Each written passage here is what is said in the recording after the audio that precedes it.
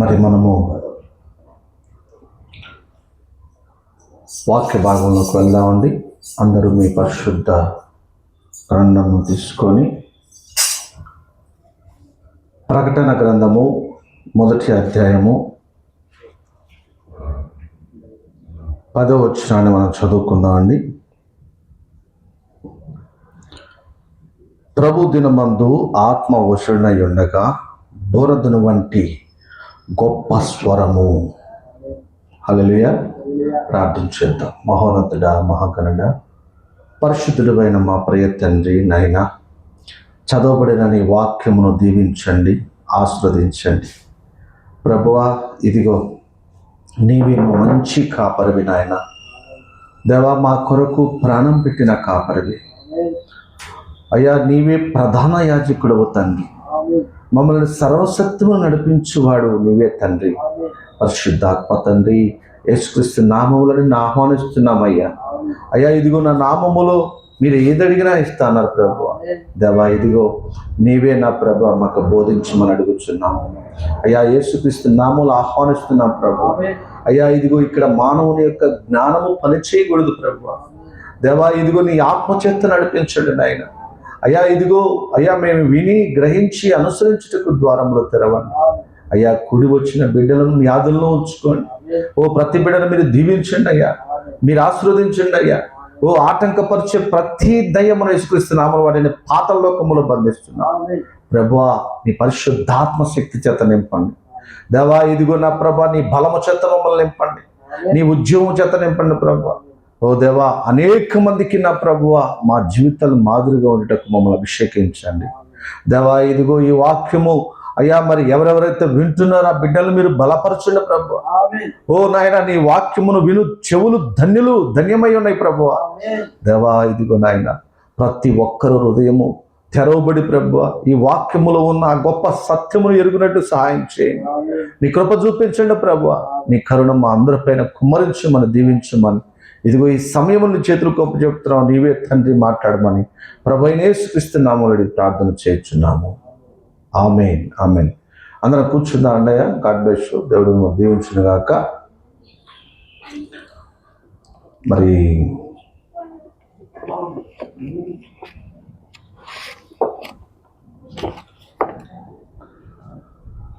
దేవుడు మహాకృపను బట్టి, దేవుడు ఈ బైబిల్ స్టైల్లో మనం ఉండటం ఆయన చిత్తమైంది. ఆయన కృపను బట్టి మనకు దొరికింది. దీన్ని బట్టి ఎంతో సంతోషంగా ఉంది. దేవుడు మనం దీవించి ఆస్వాదించిన గాక. హల్లెలూయా. మరి 7 సంఘ కాలాలలో ప్రవక్త మరి ఈ యొక్క వివరణ ఇచ్చారు. ప్రకటన గ్రంథము మరి 1వ అధ్యాయములో యోహాను గారికి దేవుడు మరి ఇవన్నీ కూడా ఈ రహస్యాలు, ప్రకటన గ్రంథం యొక్క రహస్యాలన్నీ కూడా దేవుడు ప్రత్యక్షతనిచ్చి యోహాను గారి చేత ఇదంతా కూడా రాపించడం జరిగింది. హింస జరుగుతున్న కాలములో అపోస్తుల్ని చంపుతూ క్రైస్తవుని హింసించుచున్న సమయములో మరి ఈ యొక్క ప్రత్యక్షతను దేవుడు యోహాను గారికి బయలుపరిచారు.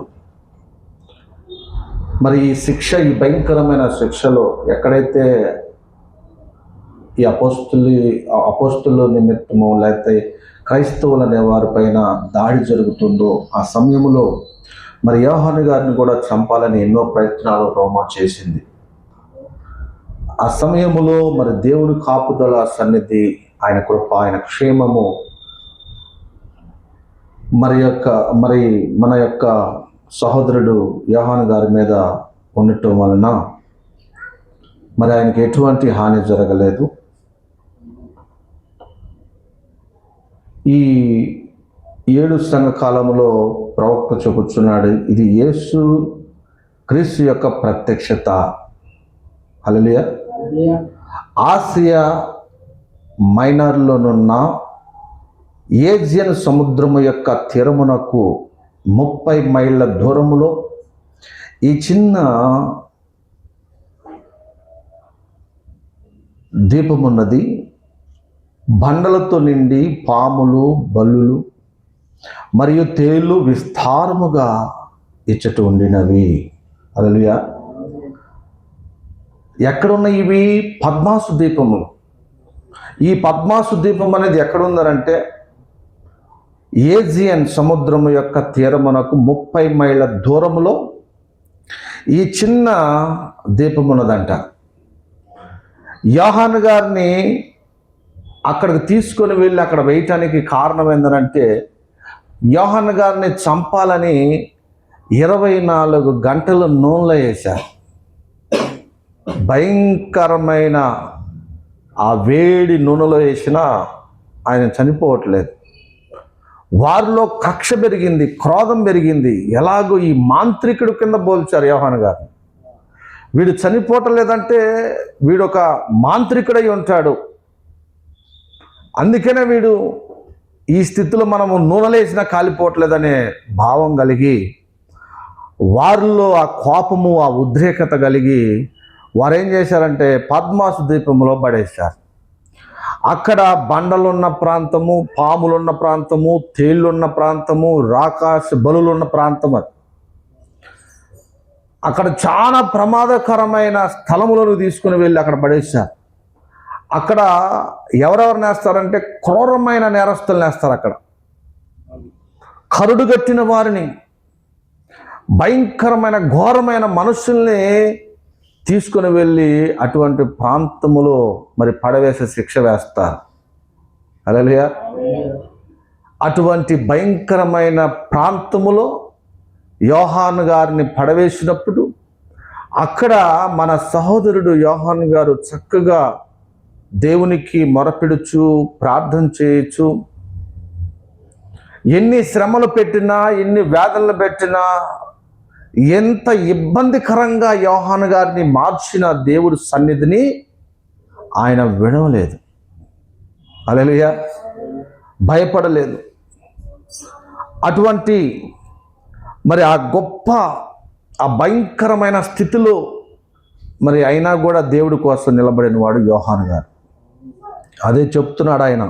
అక్కడ ఏముంటాయి అంటే ఆ దీపంలో బండలతో నిండిన పాములు, చూడండి, బల్లులు మరియు తేళ్ళు విస్తారముగా ఇచ్చటుండినవి. రోమన్ సామ్రాజ్యము వారు దీనిని శిక్షా కేంద్రముగా వాడి ఉండిరి. ఈ ప్రాంతాన్ని దేనికి? శిక్షా కేంద్రముగా వాడారు, నేరస్తుల కోసం వాడారు. పద్మాసు దీపం అంటే ఏదో దేవుడు నిర్ణయించి మంచి స్థలం కాదది. ఒక భయంకరమైన స్థలం, ఒక వేదనకరమైన స్థలం.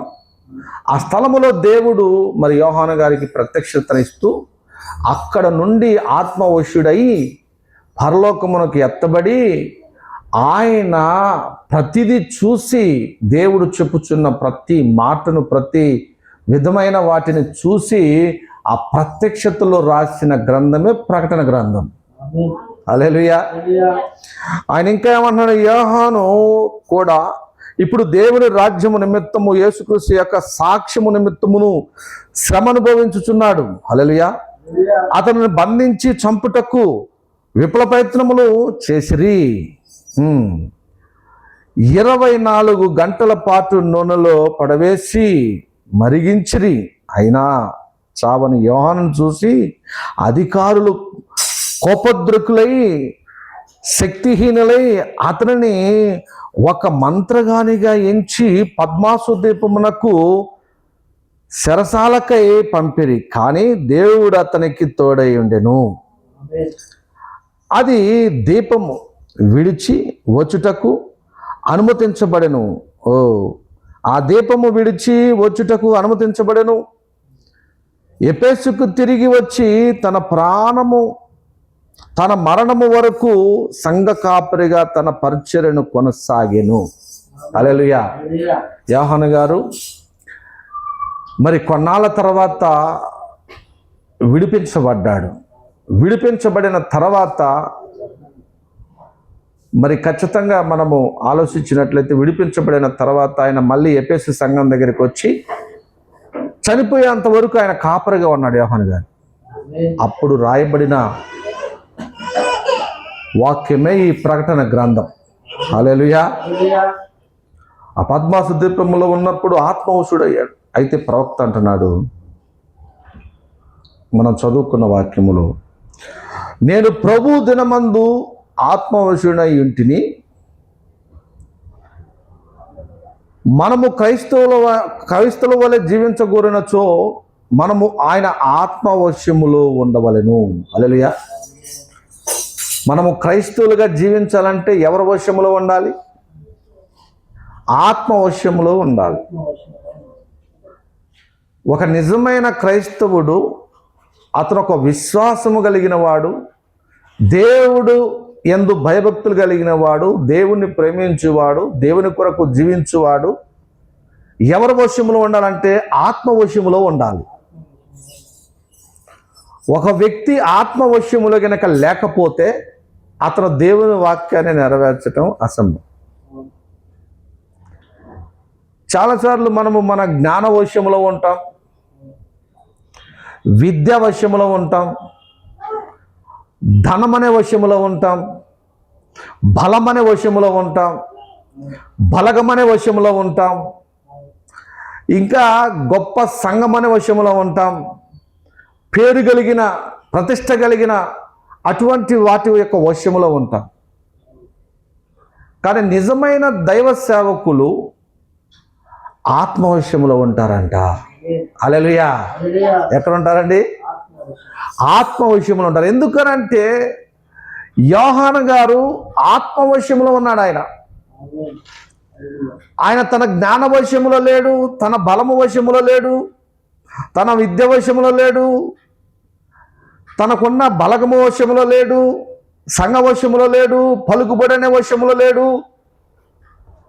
నేను నూనె లేచినా కాలిపోలేదని విర్రవీగే వశ్యములో లేడు. ఆయన అన్ని విషయాలలో పరిశుద్ధాత్మ వశ్యంలో ఉన్నాడు ఆయన.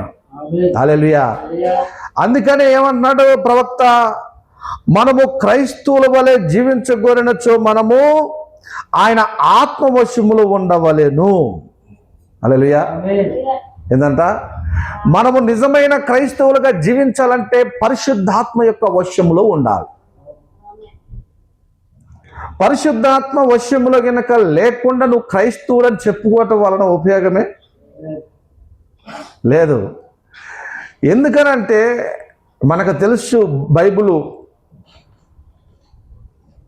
మరి 1 కొరింథీయులకు రాసిన పత్రికలో కొంత మనం చూద్దామండి. దేవుడు అది మనకి ప్రేరేపిస్తున్నాడు కనుక 1 కొరింథీయులకు రాసిన పత్రిక 2వ అధ్యాయము 11వ వచనం చదువుతున్నాను. ఒక మనుషుని సంగతులు అతనిలో ఉన్న మనుష్య ఆత్మకే గాని మనుషుల్లో మరి ఎవరికి తెలియను. అంటే ఇప్పుడు ఆయన అంటున్నాడు, ఒక మనుషుని సంగతులు అతనిలోనున్న మనుష్య ఆత్మకే గాని మనుషుల్లో మరి ఎవరికి తెలియను. నేను ఏం ఆలోచిస్తున్నా నా ఆత్మకు తెలుసు. నా ఆలోచన, నా తలంపులు తలలో శిరస్సులో ఉన్నప్పుడు ఏదైతే నేను నా తలంపులు ఏదైతే ఆలోచిస్తుందో నా శిరస్సు, నా హృదయంలో ఉన్న ఆత్మ దాన్ని గ్రహించగలుగుతుంది. హల్లెలూయా. మరి ఎప్పుడైనా సరే మీరెవరో నా ఆలోచనలు మీరు గ్రహించలేరు. నేనేం ఆలోచిస్తున్నా మీకు తెలియదు. నా ఆలోచన నా ఆత్మకు తెలుసు. అంతేనా? ఆ విధంగానే మరి పౌలు గారు అంటున్నారు, ఇంకొక మాట అన్నాడు, అలాగే దేవుని సంగతులు దేవుని ఆత్మకే గాని మరి ఎవరికి తెలియవు. హల్లెలూయా. అర్థమవుతుందా? దేవుడి క్రీస్తు ఏమై ఉన్నాడు? శిరస్సు అయి ఉన్నాడు. ఆయన ఆలోచనలన్నీ ఎవరికి తెలుస్తాయి? ఆయన ఆత్మకే తెలుసు. ఇంకా బయట ఎవరు తెలియదు. దేవుడు ఏం ఆలోచిస్తున్నాడు, ఆయన ఎటువంటి తలంపు కలిగి ఉన్నాడు, ఆయన ఏం చేయాలనుకుంటున్నాడు, ఆయన ప్రణాళిక అంతా కూడా ఆత్మకే తెలుసు, ఇంకెవరికి తెలియదు. అందుకనే పౌలు గారు ఏమంటున్నాడంటే, ఆయన అంటున్నాడు, దేవుని వలన మనకు దయచేయబడిన వాటిని తెలుసుకొనుటకై మనము లౌకిక ఆత్మను కాక దేవుని యొద్ద నుండి వచ్చు ఆత్మను పొంది ఉన్నాము. హల్లెలూయా. ఇప్పుడు దేవుని సంగతులు తెలుసుకోవాలనంటే ఏం పొందుకొని ఉండాలండి? దేవుని ఆత్మను పొందుకొని ఉండాలి. దేవుని ఆత్మను పొందుకోకుండా దేవుని సంగతులు తెలియవు. మీకు అర్థమవుతుందా? నేను ఏం ఆలోచిస్తున్నానో మీకు తెలియదు. నాలో ఉన్న నా ఆత్మకి తెలుసు. దేవుడు ఏం ఆలోచిస్తున్నాడో లోకములో ఉన్న ఆత్మకు తెలియదు. దేవుని ఆత్మకు తెలుసు. పరిశుద్ధ గ్రంథం కూడా ఎవరికి తెలుస్తుంది? అది విద్య కలిగిన వాడికి తెలియదు, జ్ఞానము కలిగిన వాడికి తెలియదు, బుద్ధి కలిగిన వాడికి తెలియదు, ధనము కలిగిన వాడికి తెలియదు, ధాన్యము కలిగిన వాడికి తెలియదు, బలము కలిగిన వాడికి తెలియదు, బలగము కలిగిన వాడికి తెలియదు, పలుకుబడి కలిగిన వాడికి తెలియదు. ఎవరికి తెలియదు దేవుని సంగతులు? దేవుని ఆత్మకు తప్ప. హల్లెలూయా. మనము దేవుని ఆత్మను పొందుకుంటేనే దేవుని యొక్క ఆలోచన, దేవుని యొక్క తలంపులు, ఆయన ఏం ఆలోచిస్తున్నాడు, ఆయన ప్రణాళిక ఏంటి, ఆయన ఏ ఉద్దేశం కలిగి ఉన్నాడో ఇవన్నీ కూడా ఎప్పుడు తెలుస్తుందనంటే దేవుని యొక్క ఆత్మను పొందుకున్నప్పుడు. హల్లెలూయా. యోహాను గారు ప్రకటన గ్రంథము రాస్తున్నప్పుడు తన జ్ఞానముతో కాదు రాసింది, తనకున్న మరి ఆ పలుకుబడితోనో అనుభవంతోనో రాసింది కాదు అది. అతడు పద్మాసు ద్వీపముల ఆత్మవశుడయ్యాడు. హల్లెలూయా. ఆత్మను పొందుకున్నాడు, ఆత్మను పొందుకున్నాడు. హల్లెలూయా. ఆత్మను పొందుకున్నప్పుడు దేవుని యొక్క ప్రణాళిక మొత్తం కూడా ఏమై ఉందో అతను రాయగలిగాడు. అది ఇంకెవరికి తెలియదండి, మనుషులకి అర్థం కాదు.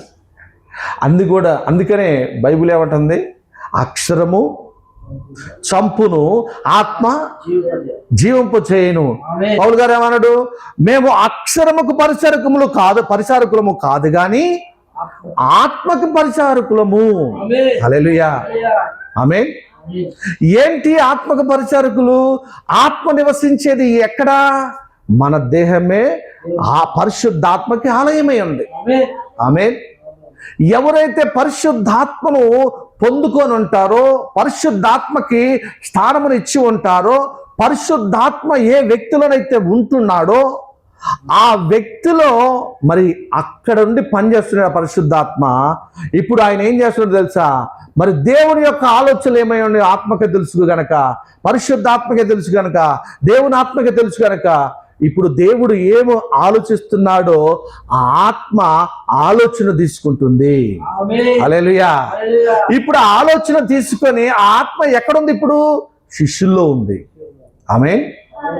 ఆయన అపోస్తుల్లో ఉన్నాడు. ఆయన ఇప్పుడు ఆయన వారిలో ఉండి దేవుని యొక్క ప్రణాళిక మొత్తం కూడా మరి ఆ శిష్యుల్లో ఉండి జరిపించటం మనం చూస్తున్నాం. శిష్యులు ఏమై ఉన్నారు? శరీరమై ఉన్నారు. క్రీస్తు ఏమై ఉన్నాడు? శిరసై ఉన్నాడు. ఇప్పుడు పరిశుద్ధాత్మ మరి ఈ శరీరములో మరి ఆ దేవాలయములో నివసిస్తున్నాడు. అందుకనే దేవుని సంగతులు దేవుని ఆత్మకు తప్ప ఇంకెవరికి తెలియదు. ఇప్పుడు దేవుని యొక్క మరి క్రీస్తు అనే శిరస్సు మరి అక్కడ మరి పౌలు గారు మేము పొందుకొని ఉన్నాం అనేది చెప్తా ఉన్నాడు. చూడండి 16వ వచనములో ఏమంటున్నాడు? 1 కొరింథీ 2వ అధ్యాయము 16వ వచనం అన్నాడు ఆయన, ప్రభు మనసు ఎరిగి ఆయనకు బోధింపగల వాడెవడు? మనమైతే క్రీస్తు మనసు కలిగిన వారము. హల్లెలూయా. ఇప్పుడు ఏమేమి ఉన్నాయి అపోస్తుల పైన? ఆ క్రీస్తు మనస్సు అంటే శిరస్సు, తర్వాత ఆయన ఆత్మ, అంతేనా? ఆ శిరస్సు ఆయన ఆత్మ వారిలో ఉన్నప్పుడు మరి శరీరంగా ఈ నేలకు పలకాల్సిన పలుకులు పలుకుతుంది. వాక్యములో ఏముందో, వాక్యములో ఏ విధమైనది ఉందో సమస్తము చూస్తుంటది, గ్రహిస్తుంటది. మరి ఆ ప్రత్యక్షతను తీసుకుంటుంది. మనము మానవులుగా తీసుకోగలుగుతాం. ఒకవేళ క్రీస్తు మనసు లేకపోయినా, క్రీస్తు ఆత్మ లేకపోయినా ఆయన వాడు. అంతేనా? అదేనా వాక్యం?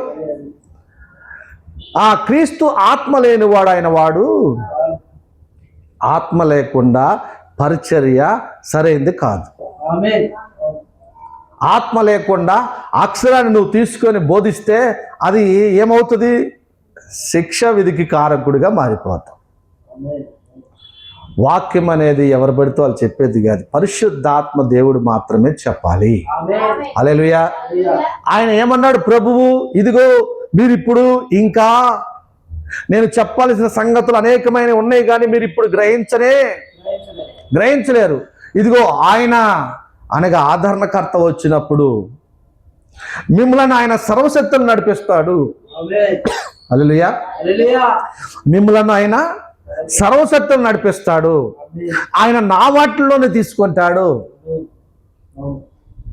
అంటే ఏంటి ఆయన నా వాటిలోనే తీసుకునేది? ఇప్పుడు నా ఆత్మ ఇప్పుడు నా బాడీలో ఉంది కదా, ఇప్పుడు నా శిరస్సులో పుడుతున్న ఆలోచనలు నా ఆత్మ తీసుకుంటది. అదే చెప్తున్నాడు ప్రభు. నా వాటిలోంచి తీసుకుంటాడంటే ఆయన తలంపులో నుంచి పరిశుద్ధాత్మ తీసుకొని ఒక వ్యక్తిలో ఉన్నప్పుడు ఆ వ్యక్తుల్ని సర్వసత్యంలో నడిపిస్తూ ఉంటాడు ఆయన. హల్లెలూయా. క్రీస్తు మనసు లేకుండా పరిశుద్ధాత్మ నీలో నివసించదు. ఎందుకనంటే ఆయన పరిచర్య ఏంది? ఆ క్రీస్తులో ఉన్న వాటిని తీసుకొని బోధించాలి, సర్వసత్యం నడిపించాలి. ఇప్పుడు క్రీస్తు ఏమైనాడు? శిరస్సు అయి ఉన్నాడు ఆయన. ఆమేన్. హల్లెలూయా. లేకుండా ఆ శిరస్సు లేకుండా ఎలా కుదురుద్ది? ఇప్పుడు అందుకనే ఇక్కడ చూడండి, ఇక్కడ పిరమిడ్ ఉంది, కింద బాడీ, మధ్యలో పరిశుద్ధాత్మ, పైన శిరస్సు ఉందా? ఇప్పుడు అక్కడ ఏం కనపడుతున్నాయి? పరిశుద్ధాత్మ, శిరస్సు, కింద బాడీ. కింద బాడీ ఎవరు? సంఘమేనా? మధ్యలో అక్కడ ఏముంది? పరిశుద్ధాత్మేనా? పైన ఏముంది? శిరస్సు ఉందా? ఇప్పుడు ఈ బాడీ సరైన మార్గంలో నడవాలంటే ఇప్పుడు ఆ శిరస్సులో ఉన్న తలంపులు ఎవరు తీసుకుంటున్నారు? పరిశుద్ధాత్మ. పరిశుద్ధాత్మ ఏం చేస్తున్నాడు? ఈ బాడీకి ఆ సంకేతాలు పంపుతున్నాడు. అప్పుడు సరైన మార్గములో సంఘం నడుస్తుంది. హల్లెలూయా. లేకపోతే సంఘము నడవదు, వాక్యానుసారమైన జీవితంలో నడవదు. ఇప్పుడు ఎవరైనా సంఘములో ఉండొచ్చు, కానీ క్రీస్తు శరీరములో లేకపోతే ఆయన ఆలోచనలు నీకు అర్థం కావు. నువ్వు క్రీస్తు శరీరంలోనికి రావాలి, సంఘములోనికి కాదు. క్రీస్తు శరీరంలోనికి వస్తే క్రీస్తు శరీరమై ఉన్న ఆ పవిత్రపరచబడిన, ఆ పరిశుద్ధపరచబడిన ఆ సంఘమే ఆయన యొక్క శరీరమై ఉన్నది. హల్లెలూయా. క్రీస్తు లోపలికి వచ్చినప్పుడు క్రీస్తులోనే పరిశుద్ధాత్మ ఉండేది. క్రీస్తు శిరస్సు అయి ఉంటాడు, పరిపూర్ణమైన క్రీస్తు. హల్లెలూయా. అందుకనే చూడండి, మనం జాగ్రత్తగా గమనించండి. యోహాను గారు ఆత్మవశుడయ్యాడు. నిజమైన క్రైస్తవులు ఏమవుతారంట? ఆత్మవశువులు అవుతారు. జ్ఞానవశం కాదు, విద్య వశం కాదు, డబ్బు వశం కాదు. ఇదంతా దేవుని పరిచర్య కాదు. ఆత్మవశులు ఎవరైతే అవుతారో, ఆత్మలో ఎవరైతే నివసిస్తున్నారో ఆ వ్యక్తి, ఆ స్త్రీలు కానీ, ఆ పురుషులు కానీ, ఆ సేవకులు కానీ, ఆ సంఘ పెద్దలు కానీ ఎవరైనా సరే సరైన మార్గంలోనికి వెళ్తూ ఉంటారు. హల్లెలూయా. అదే దేవుని రాజ్యము యొక్క జనాభా. ఆమేన్. ఆత్మ లేకుండా పరిచర్య వ్యర్థం. ఆమేన్. అందుకని ఆయన ఏమంటున్నాడు? మనము క్రైస్తవుల వలె జీవించగోరినచో మనము ఆత్మవశములు ఉండవలెను. ఆయన ఏమంటున్నాడు? ఇంకా ఏమంటున్నాడు తెలుసా? యోహాను తన సొంత ఆత్మలో ఉండుట కాదు అక్కడ. చూసారా? యోహాను తన సొంత ఆత్మలో ఉండుటను గూర్చి ఇక్కడ మాట్లాడటలేదు. తన సొంత ఆత్మ గురించి కాదు. మన సొంత ఆత్మ ఏం చేస్తుంది? వాక్యం ఏడ ఉంటుంది? నీకు నచ్చింది తీసుకుంటాం, అది మన ఆత్మ. నీకు ఏది నచ్చుద్దో దాన్ని తీసుకుంటావు, దాన్ని బోధిస్తావు, దాన్ని ఉపయోగిస్తావు. దేవుని ఆత్మ అలా చేయదు. దేవుని ఆత్మ ఏం చేస్తుంది? దేవుని యొక్క ప్రణాళికలను తీసుకుంటుంది, దేవుని యొక్క మనసును తీసుకుంటుంది. ఆయన ఆలోచనలో ఏమైతే ఉన్నాయో వాటి నుంచి సర్వసత్యంలో మానవులు నడిపిస్తా ఉంటాడు దేవుని ఆత్మ. హల్లెలూయా. అందుకని ఆయన అంటున్నాడు, యోహాను తన సొంత ఆత్మలో ఉండుటను గూర్చి ఇక్కడ మాట్లాడట్లేదు, దేవుని యొక్క ఆత్మవశములో ఉండవలేను. హల్లెలూయా. ఎక్కడ ఉండాలండి? దేవుని యొక్క ఆత్మవశములో ఉండాలి. అతను దర్శనాలు చూసింది తన ఆత్మల నుంచి కాదు, అదేనా? దేవుని ఆత్మలో నుంచి దర్శనాలు చూస్తున్నాడు ఆయన. దేవుని ఆత్మలో నుంచి ప్రవచిస్తున్నాడు ఆయన. దేవుని ఆత్మలో నుంచి ఆయన ప్రకటన గ్రంథం రాస్తున్నాడు ఆయన. హల్లెలూయా. ఆయన ఆత్మల నుంచి కాదు ఆయన చూసేది. ఇప్పుడు మన ఆత్మల నుంచి చూసామనుకో, మన ఆత్మల నుంచి చెప్పామనుకో, మన ఆత్మకి ఏం తెలుసు? దేవుని సంగతులు ఏమని తెలుసా? మనకేం తెలియదు. ఎందుకంటే ఒక మనుషుని సంగతులు అతనిలో ఉన్న ఆత్మకు తప్ప ఇంకెవరికి, అలాగే దేవుని సంగతులు దేవుని యొక్క ఆత్మకు తప్ప ఇంకెవరికి. అంటే ఇప్పుడు మనము దేవుని సంగతులు తెలియాలంటే దేవుని ఆత్మను మనం పొందుకొని ఉండాలి. మనము వాక్యాన్ని బోధించాలంటే ఆత్మ యొక్క వశములో ఉండాలి. ఆ ఆత్మ మనకి వాక్శక్తిని ఇవ్వాలి. మేడగదులు అంతేనా జరిగింది? ఆత్మ వారికి వాక్శక్తిని అనుగ్రహించిన కొలది వాళ్ళు మాట్లాడారు. ఎవరిచ్చారు ఆ శక్తి? అంతేనా కాదా? వాక్యము సరాసరిగా తిన్నగా వెళ్తుంది, చక్కని మార్గంలో వెళ్తుంది, అవునా కాదా? ఆమేన్. హల్లెలూయా. దేవుని ఆత్మ చేత నడిపించబడాలి. ఆయన ఏమన్నాడు తెలుసా? పౌలుగా ప్రవక్త పౌలు చెప్పెను, నేను ఆత్మతోనూ ప్రార్థించెదను, నేను ఆత్మతోనూ పాడెదను, నేను ఆత్మతోనూ జీవించెదను. నాకు మంచి ఏమైనా రావాలనొచ్చో అది దేవుని ఆత్మ ద్వారానే రావాల్సి ఉన్నది. హల్లెలూయా. పాట దేంతో పాడాలి? ప్రార్థన దేంతో చేయాలి? మీరు ఎలా ప్రార్థించాలో తెలియదు కాబట్టి కనుక ఆత్మ మన పక్షాన మూలుగుచ్చు. ఎవరు చేయాలంట ప్రార్థన? చూద్దాం, ఆ వాక్యం చూద్దాం. చూడండి, రోమా అక్కడ ఏమంది చూద్దాం మనం. రోమపత్రిక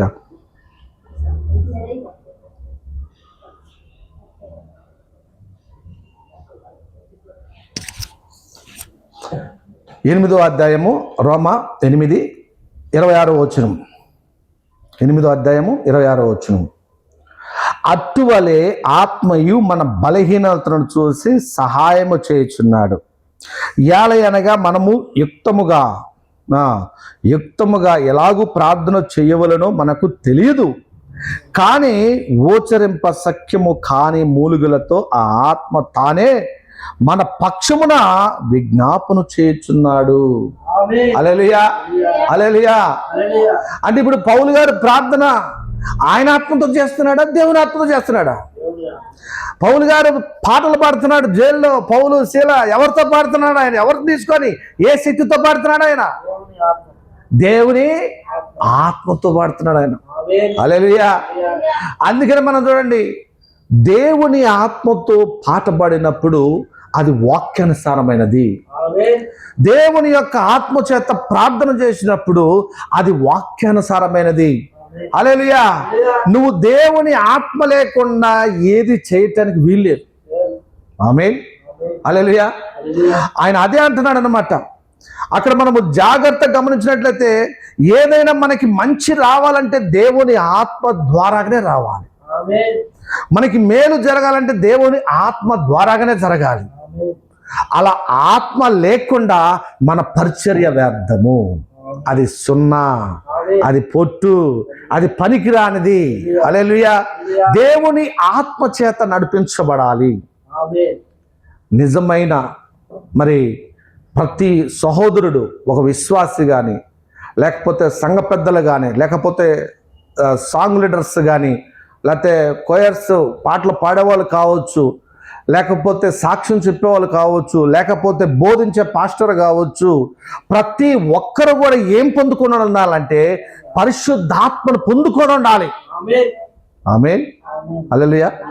ఆత్మ లేకుండా పరిచర్య చేసిన అనుకో గందరగోళ జీవితంలోకి వెళ్ళిపోద్ది. ఆయన ఏమన్నాడో తెలుసా? మీరు జాగ్రత్తగా గమనించినట్టు చెప్తున్నాడు ఆయన. పరిశుద్ధ గ్రంథములో అపోస్తుల కార్యములు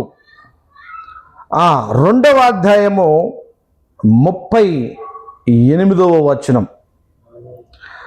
మంచిది చూద్దాం.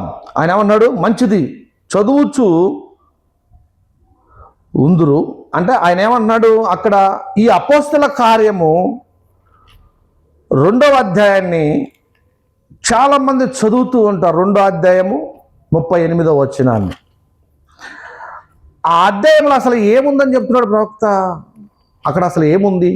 వాస్తవానికి అపోస్తుల కార్యము 2వ అధ్యాయము 38 గురించి చెప్తున్నాడు ఆయన. పేతురు, మీరు మారు మనసు పొంది పాప క్షమాపణ నిమిత్తము ప్రతివాడు యేసుక్రీస్తు నామమున బాప్తిసము పొందుడి, అప్పుడు మీరు పరిశుద్ధాత్మ వరము పొందుదురు. పరిశుద్ధాత్మ ఎప్పుడు వస్తాడు? మారు మనసు పొంది పాప క్షమాపణ కలగాలంటే ప్రభు అయిన యేసుక్రీస్తు నామములో బాప్తిసము పొందండి, అప్పుడు మీరు పరిశుద్ధాత్మను వరము పొందుతారు.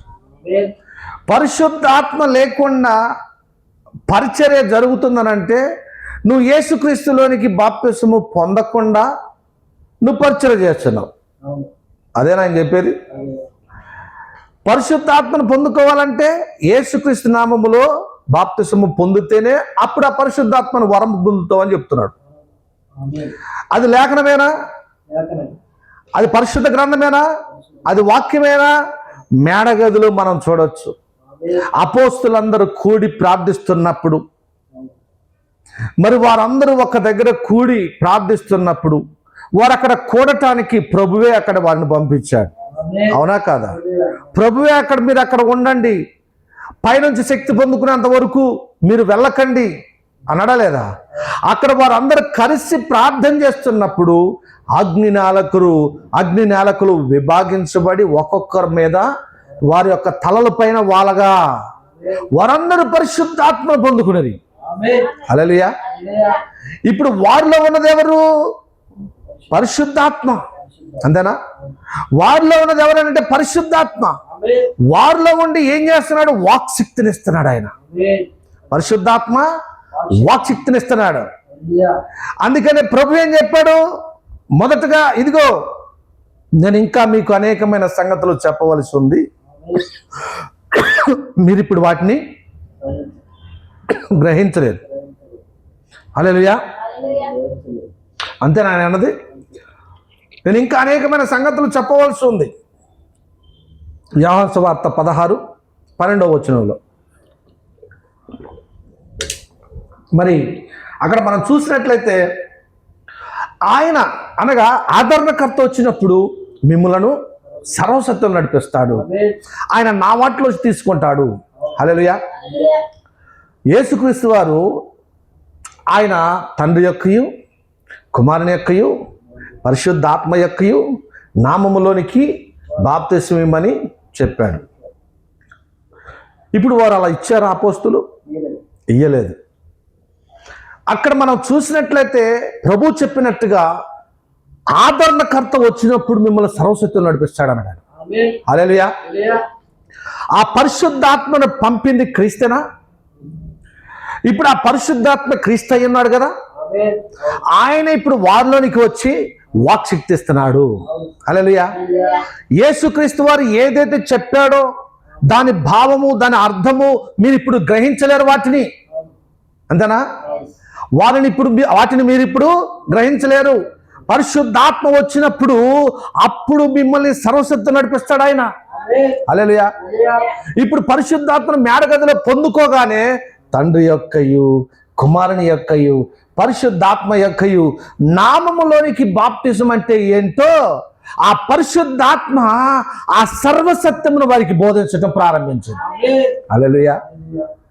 అందుకని ఇప్పుడు ఆ పరిశుద్ధాత్మ వారి లోపలికి వచ్చి, ఇప్పుడు పేతురులో ఉందా లేదా? పరిశుద్ధాత్మ ఉందా? అప్పుడు క్రీస్తుని గురించి యూదులకు ప్రకటన చేస్తున్నప్పుడు వాళ్ళందరూ భయపడి, అయ్యో ఇప్పుడు క్రీస్తుని రక్షకుని పోగొట్టుకున్నామే, మేము ఇప్పుడు ఏం చేయాలి సహోదరులారా అని అక్కడున్న అపోస్తులు మొత్తాన్ని అడిగినప్పుడు అప్పుడు పేతురు గారు ఏమంటున్నాడు? అయ్యా అమ్మా, మీరు మారు మనస్సు పొంది మీకు పాప క్షమాపణ కావాలి అని అంటే ప్రభు అయిన యేసుక్రీస్తు నామములో మీరు బాప్తిస్మం పొందండి, అప్పుడు మీరు ఆ పరిశుద్ధాత్మను వరము పొందుతారు. అప్పుడు నీకు ఆ పరిశుద్ధ గ్రంథములో ఉన్న దేవుని యొక్క ప్రణాళికలో ఉన్న ప్రతిదీ ఆ సర్వసత్యము నీకు బయలుపాటు జరుగుద్ది.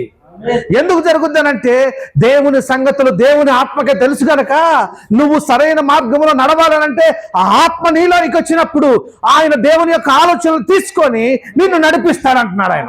హల్లెలూయా, హల్లెలూయా. లేకపోతే అంటే అర్థమవుతుంది. నువ్వు ఇప్పుడు ఆయన నామములో నువ్వు విశ్వసించట్లేవు. ప్రభువైన యేసుక్రీస్తు నామములో రక్షణ ఉంది అని అంటే నువ్వు దాన్ని విశ్వసించట్లేవు. అంతేనా కాదా? ఆయన ఇక్కడ ఏమని చెప్పాడు? ఇప్పుడు ఆయన మారు మనసు పొంది, ఏ విషయంలో మారు మనసు పొంది? క్రీస్తులో రక్షణ ఉందని, ఆయన నామములో రక్షణ ఉందని. హల్లెలూయా. నిజమండి. ఎప్పుడైతే మనం అది గ్రహించగలుగుతామో, ఎప్పుడైతే మనం విశ్వసిస్తామో, యేసుక్రీస్తు నామములో బాప్తిసము పొందినప్పుడు వారు అప్పుడు పరిశుద్ధాత్మను వరము పొందుతారు. అప్పుడు వారు అపోస్తల బోధయందు, సహవాసమందు, రొట్టె విరుచుటయందు, ప్రార్థన చేయుటయందు ఎడతెగక ఉంటారు. హల్లెలూయా. ఆత్మ లేకుండా దేవుని చిత్తాన్ని నెరవేర్చలేము. అది మన వల్ల కాదు. పరిశుద్ధాత్మను పొందుకుంటే తప్ప నువ్వు దేవుని యొక్క ఆలోచన నీకు అర్థం కాదు. ఆమేన్. పరిశుద్ధాత్మ లేకుండా ఆయన ఆలోచన ఏందో, ఆయన ప్రణాళిక ఏందో నీకు తెలియదు. నువ్వేం చేస్తావు? ఆత్మ లేకపోతే నీ ఆత్మను తీసుకొని, పరిశుద్ధ గ్రంథములో ఉన్న వాక్యాలను తీసుకొని, నీ ఆత్మ ఏది ప్రేరేపిస్తే అది చెప్తావు. అప్పుడు నీవు తీర్పులోనికి వెళ్ళాల్సి వచ్చుద్ది. నీ మాటలు వింటున్న ప్రజలు, ఎందుకనంటే మరి ఎంతో భయంకరమైన స్థితిలోనికి తీసుకొని వెళ్తావు. దేవుని ఆలోచనలు నీకు తెలియదు కదా, దేవుని ఆత్మకే తెలుసు. ఆత్మను పొందుకోవాలంటే యేసుక్రీస్తు నామములో బాప్తిసం పొందాలి. నీకు పాప పరిహారం జరిగితేనే పరిశుద్ధాత్మ వచ్చేది. పాప పరిహారం జరగకుండా పరిశుద్ధాత్మ నివసించలేడు ఆయన. నువ్వు నీతిమంతుడు కావాలి. అందుకనే 1 కొరింథీ రాసిన పత్రికలో మనం చూద్దాం ఒకసారి. 1 కొరింథీ చూడండి ఒకసారి. 1 కొరింథీలకు రాసిన పత్రిక 6వ అధ్యాయం 9వ వచనం నుంచి నేను చదువుతాను. అక్కడ మనం కొంత చూద్దాం. అన్యాయస్తులు దేవుని రాజ్యమునకు వారసులు కానేరని మీకు తెలియదా? మోసపోకుడి, జారులైనను, విగ్రహారాధికులైనను, వ్యభిచారులైనను, ఆడంగితనము గలవారైనను, పురుష సంయోగులైనను, దొంగ